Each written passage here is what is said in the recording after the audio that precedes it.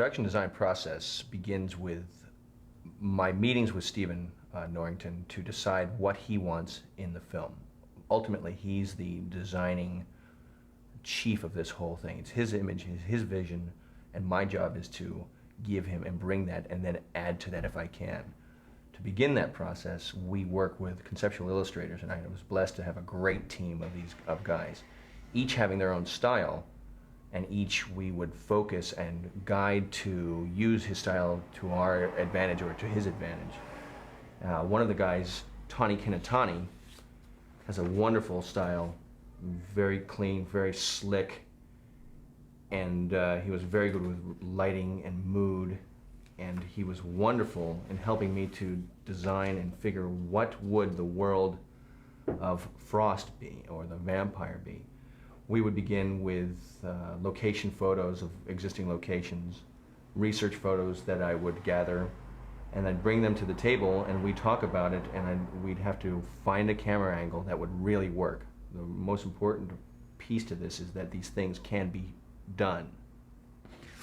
Other guys were very good at weapons. Mark Messenger was instrumental in creating not only the storyboards for the film, but a lot of the weaponry.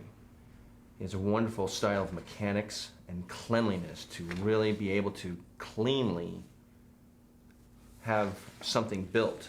His designs are quite wonderful.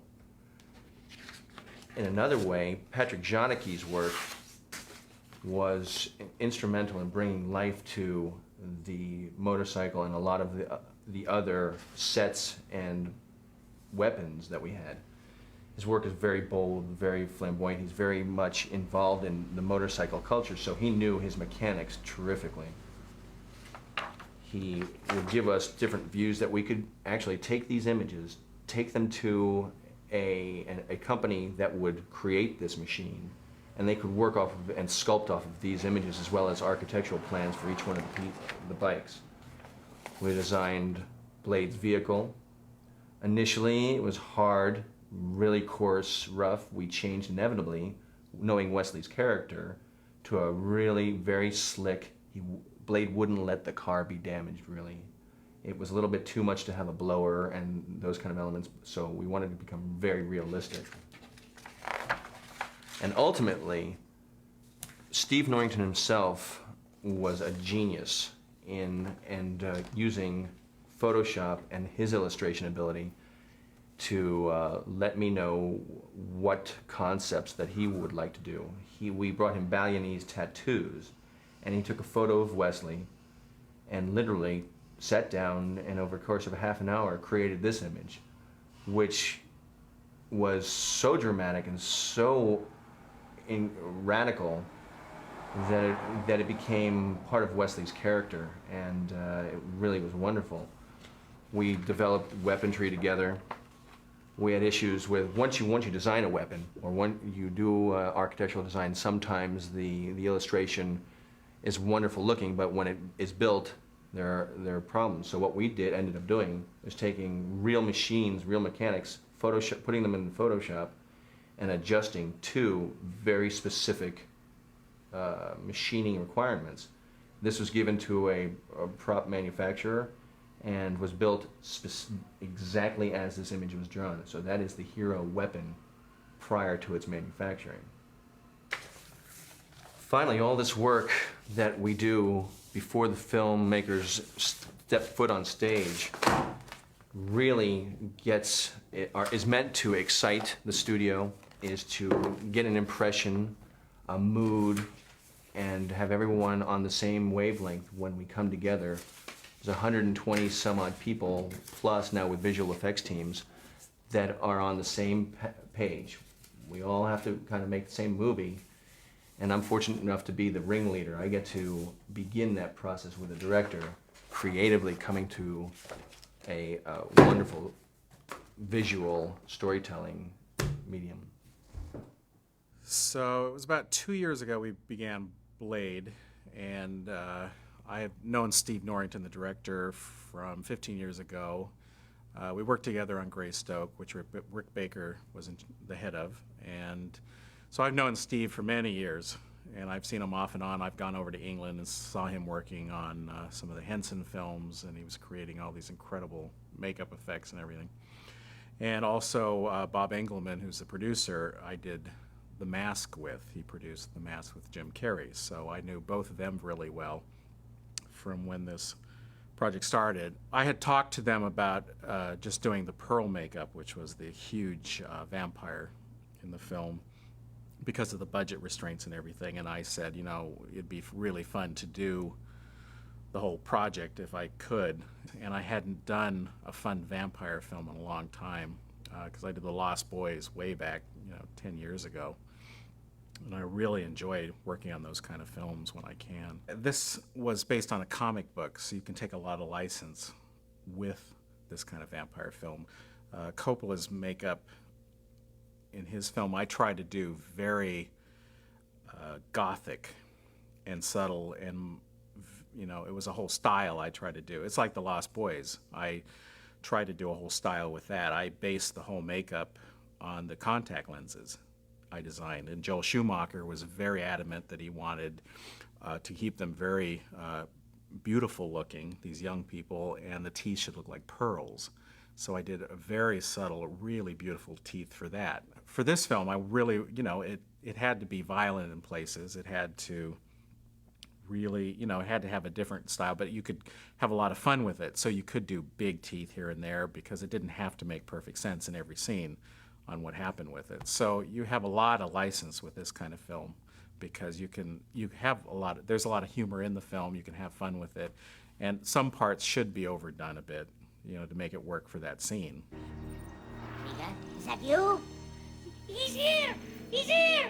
This must be Pearl, the record keeper.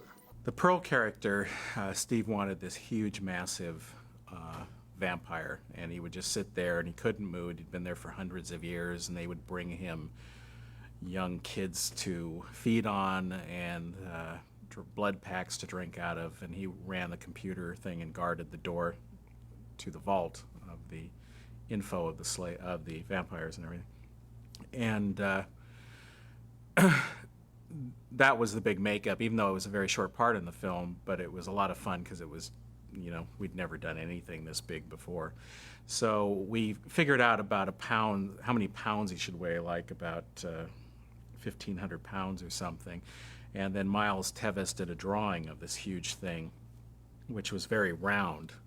And then we gave that to Steve, and then he put it on the computer and stretched the whole thing out. So it was this massive, much heavier than we imagined. And we all looked at that and went, yeah, that's the way it should be. And Steve liked it a lot. So that's what we used to go off of, was a stretched version. The character for Pearl was played by Eric Edwards.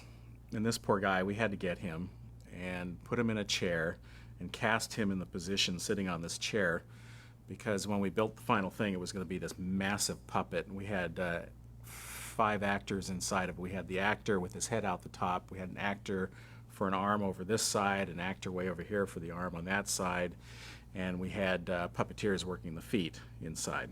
We made it out of silicone. We wanted it to be very translucent, so we poured a huge amount, I think it was like $7,000 worth of silicone into this massive mold to make this skin that was very fleshy.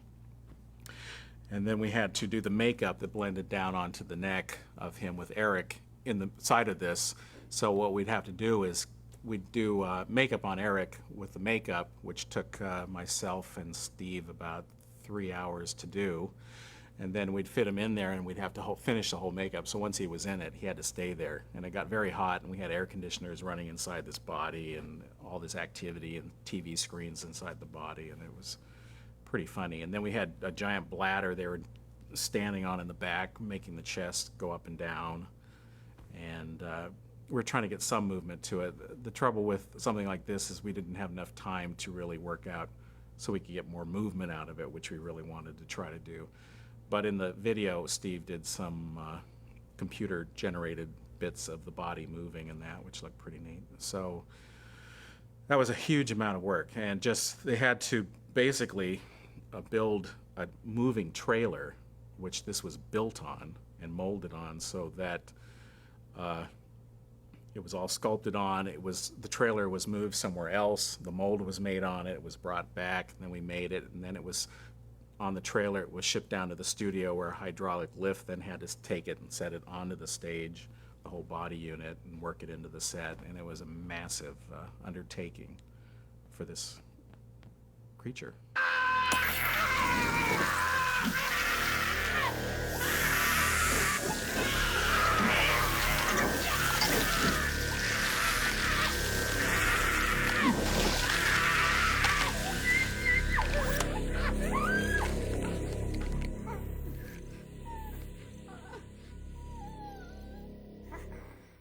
He moved.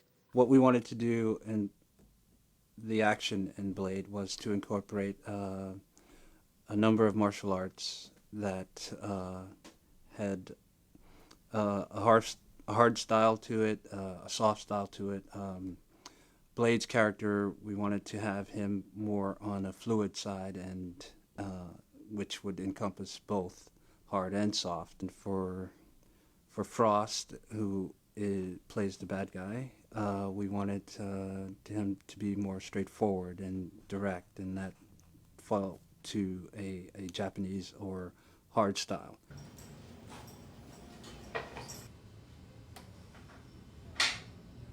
The inspiration for this was from a film that I like a lot, and was Sword of Doom. In that film, you see the ultimate cut slash fighting with the katana.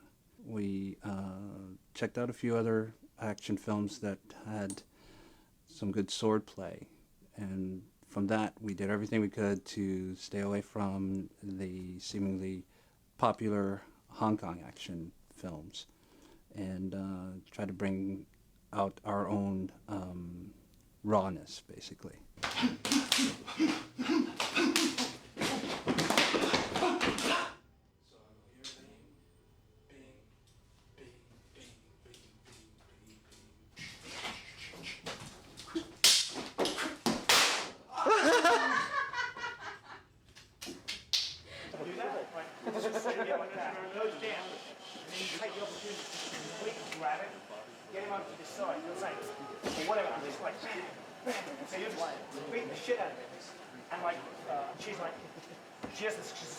She's the one who brings it back up again. She's like, so you're taking them out. You know what I'm saying? Like you both sort of ultimately, you know. Yeah. Sword goes from there, bing. Sword goes down.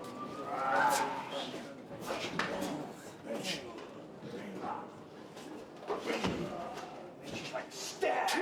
Watch it, buddy. Stop!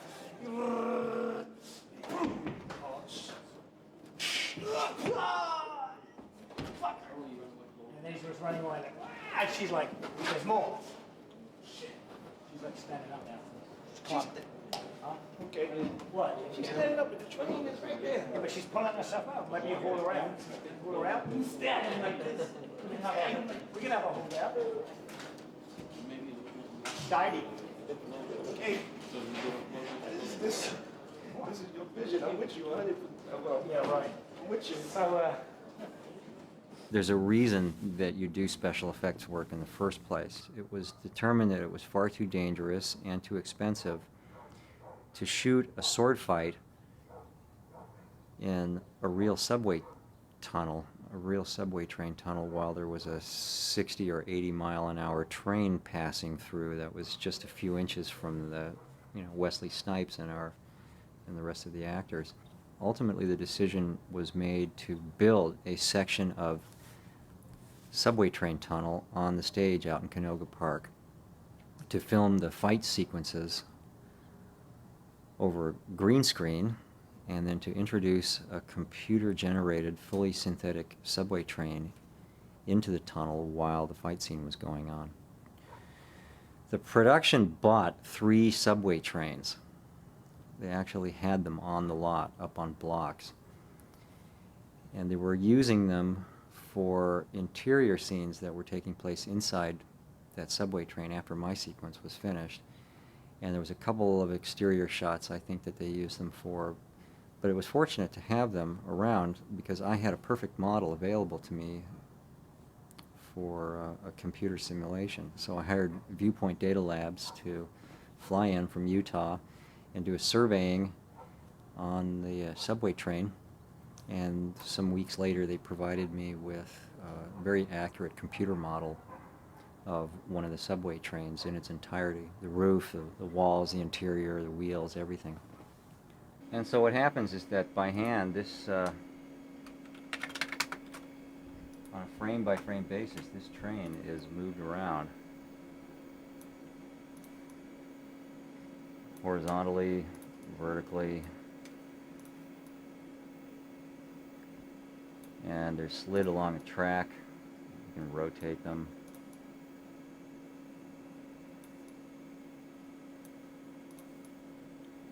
Change the camera. Also, the camera, that's the object that controls the position of the train, but you can also move the camera around. If we're to lower the camera, then the train goes up. If we move the camera to the right, the train goes to the left. If we move the camera back, the train goes away. So this object here behaves just like a real camera. And in fact, we can even insert a lens value here that will simulate the lens of the camera in terms of millimeters or inches. You can do camera rolls. So the idea is to use these controls to be able to position the train relative to the background on a frame-by-frame basis. And there are schemes that have been devised to use sort of automatic methods of camera tracking the background. We tried some of those, but ultimately decided that it would work better and probably work faster if we just eyeball the whole thing. And you can see that the camera bounce has all been programmed into this. The train is bouncing around the same way that the tunnel is. So now we're going to whip pan around and follow the train. There we go. And that scene, you can actually, the camera's actually looking inside the windows of the train, and you can see the little cutouts that I have of the people in. See there, right there. Those are the folks.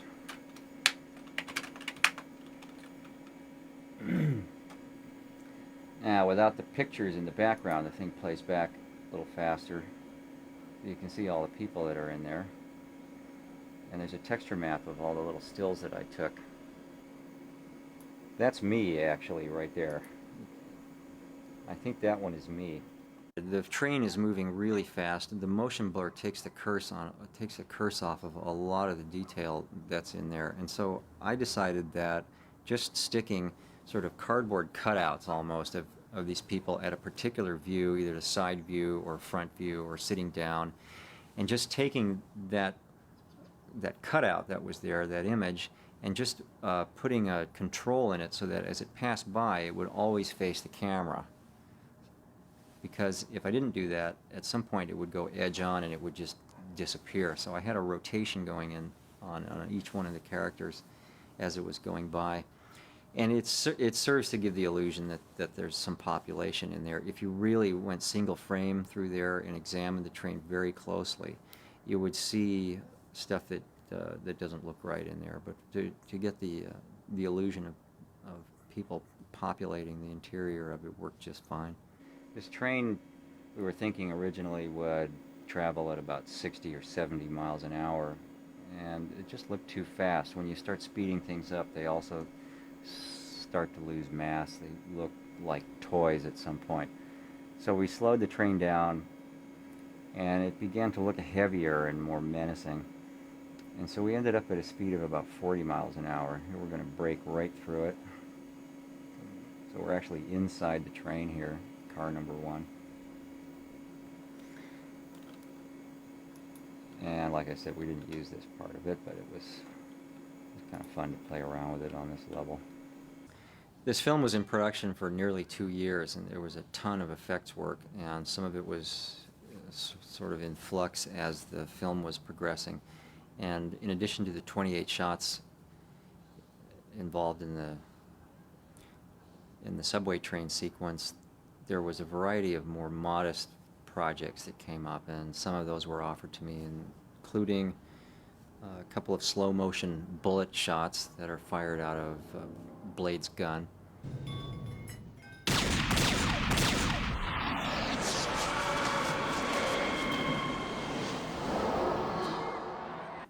But at one point in the new ending that they designed for it, there was some more blood that was required.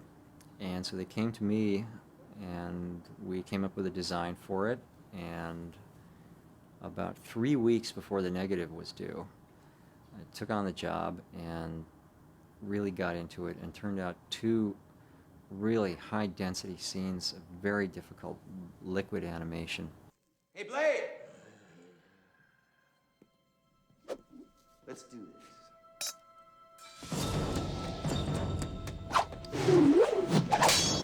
One is where Blade swings around and slices Frost through the abdomen, launching the upper part of his body up into the air. Blood grows, blood sort of tendons grow between the 2 halves of the body. They join, and then they pull the top half of the body, the torso, back down to the pelvis and reconstitute it.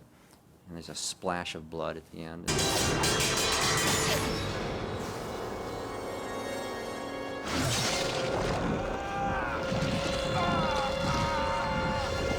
And then there's another one where his hand reconstitutes out of liquid blood, and then the skin reveals up over it, and his hand reconstitutes also.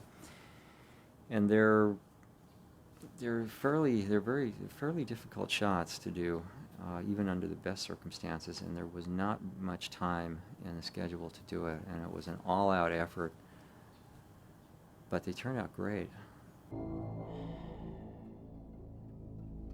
You're too late, Blade. I want to be startled. I want to be dazzled when I go to the movies, and I think that there's huge realms of work that has not been touched, the animation of liquids and unseen mystic forces and dreams, and I don't think that we're anywhere close to realizing that kind of work yet.